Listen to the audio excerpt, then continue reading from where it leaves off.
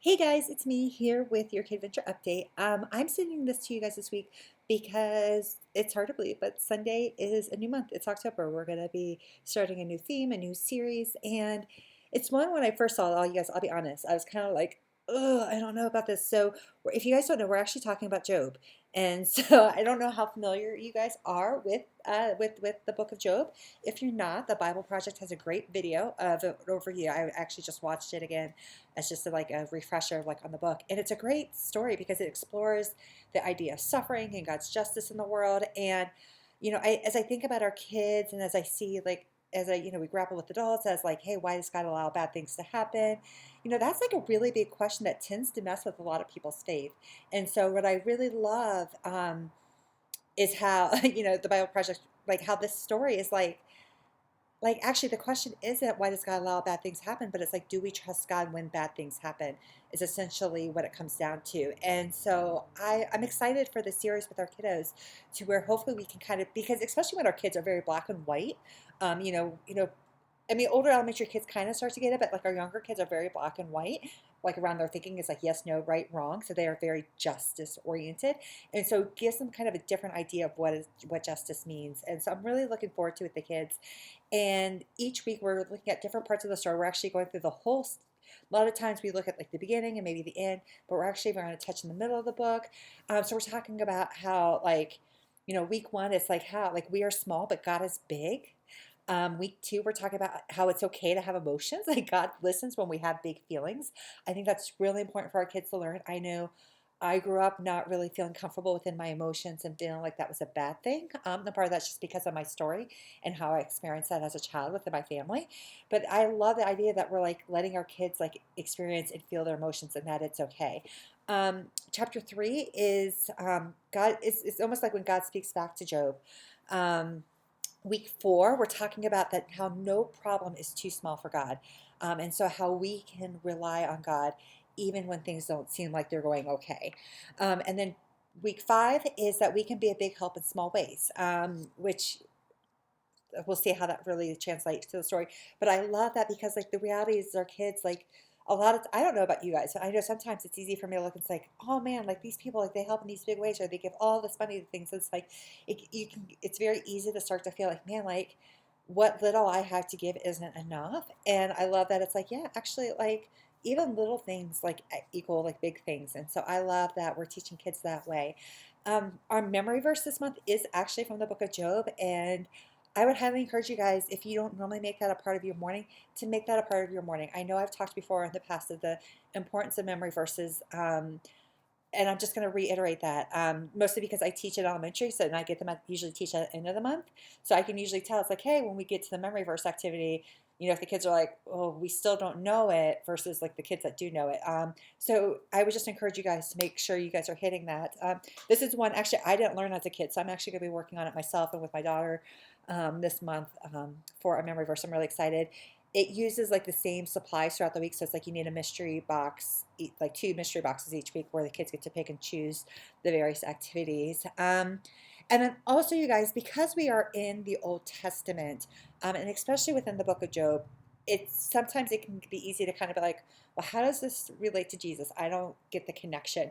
So elementary specifically, you guys get a secondary scripture. I don't know if you guys noticed that, and a lot of times I know you probably skip it or something like that due to time, but I would highly encourage you guys to make sure you, like, even if you do it when you do the first Bible story, to include that in your activities, because that's going to help us connect the story of Job to the New Testament and to Jesus.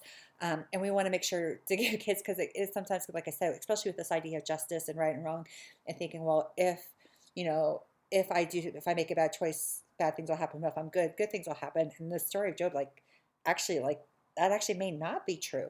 And so I love that the secondary scriptures are going to help actually tie us to Jesus and to the New Testament. So those are just my thoughts around the series. I will have a little devotional for you guys attached to this email that you can kind of look through it and read and kind of help prepare your hearts. And like I said, I would also encourage you guys to do the Bible Project video to give you just a great overview over the book. It's just pretty cool. In terms of logistical things and stuff happening within kids ministry or within the life of our church, coming up in October at the end of the month, actually actually in exactly a month from now, is we have our trunk or treat on Saturday, October 29th from 4 to 6 p.m. You guys, we had hundreds and hundreds of people attend this last year, and we only had like 10 stations for kids to come through. I would love to see 15 stations, but the only way we're going to get to 15 stations is if you guys help out. I know a lot of times it's like, oh, but I wanted to come and bring my family. Um, what I'm going to say to that is there are plenty of other opportunities within our community that you guys can go and attend to, like, to do things with your family. Like, I've gone to other ones with my family, but our trunk or treat is specifically an opportunity for us to serve our wider community of Arvada and neighboring communities. So even if you're like, well, I want to invite people, that's great. If you're there hosting a trunk, you're going to get to see your friends as they walk through. So, and have a chance to talk to them. So I would just like love to have as many trunks as possible. If you're like, hey, I don't know how to decorate, I'm not creative, that's okay. I have lots of supplies and I can help you think through trunk ideas. Party City has kits that you can literally buy for like $20 that will decorate your trunk. So don't let that stop you from signing up. You'll want to show up just a little bit beforehand to decorate and then do the event, and then and then you just clean up. So it's not even like a very long commitment. So it's just 2 hours, maybe 3.5 hours long.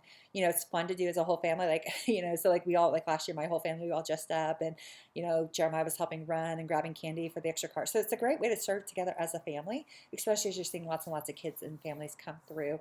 I mean, so many people love what we do. Last year we had like several people like wanting more information about our church because of this event. So it's just a great way to reach our community and to serve others. So I would encourage you guys to, if you're in town that weekend, I would encourage you guys to serve and help serve our community. And let me know, because I want to keep track of who can help so that I can communicate all the specific details.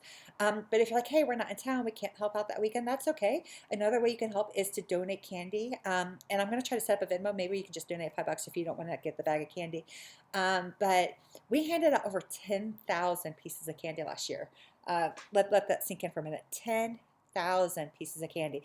And so it takes so I literally spent my entire budget on candy alone last year. So if I would love to be able to do like bounce houses and other things with our event, but right now I can't because it's all going towards candy. So if I can have people being willing to donate just like a bag or two here or there, or donate some money towards that, that would be wonderful to help expand our resources. So yeah, that's really it. As far as what I can think of, there's more, but I'll talk.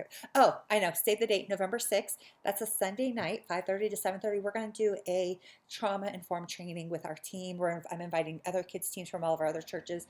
Our youth teams are going to be joining us as well. I'll send out more details as I get it. I'm just waiting for the official word on the building, but that shouldn't be okay. But I just want to give you guys on your calendar. So go on into your calendar, November 6th from 5:30 to 7:30. Block it off and be there. It's going to be a great training. I'll send out, like I said, more details about what it means to be trauma-informed. I'll have childcare and dinner provided, so if you need to bring your kiddos along, you can do that as well. And I tried to make it early enough knowing that it's a school night. So hopefully you guys, we can do this as a team. I would love to have a really well-formed, trauma-informed team especially as we look at our community and like coming out of COVID and all the things and knowing what our kids have experienced. So thank you guys so much for all that you do. I can't wait to start our new series on Sunday, and I will talk to you guys later.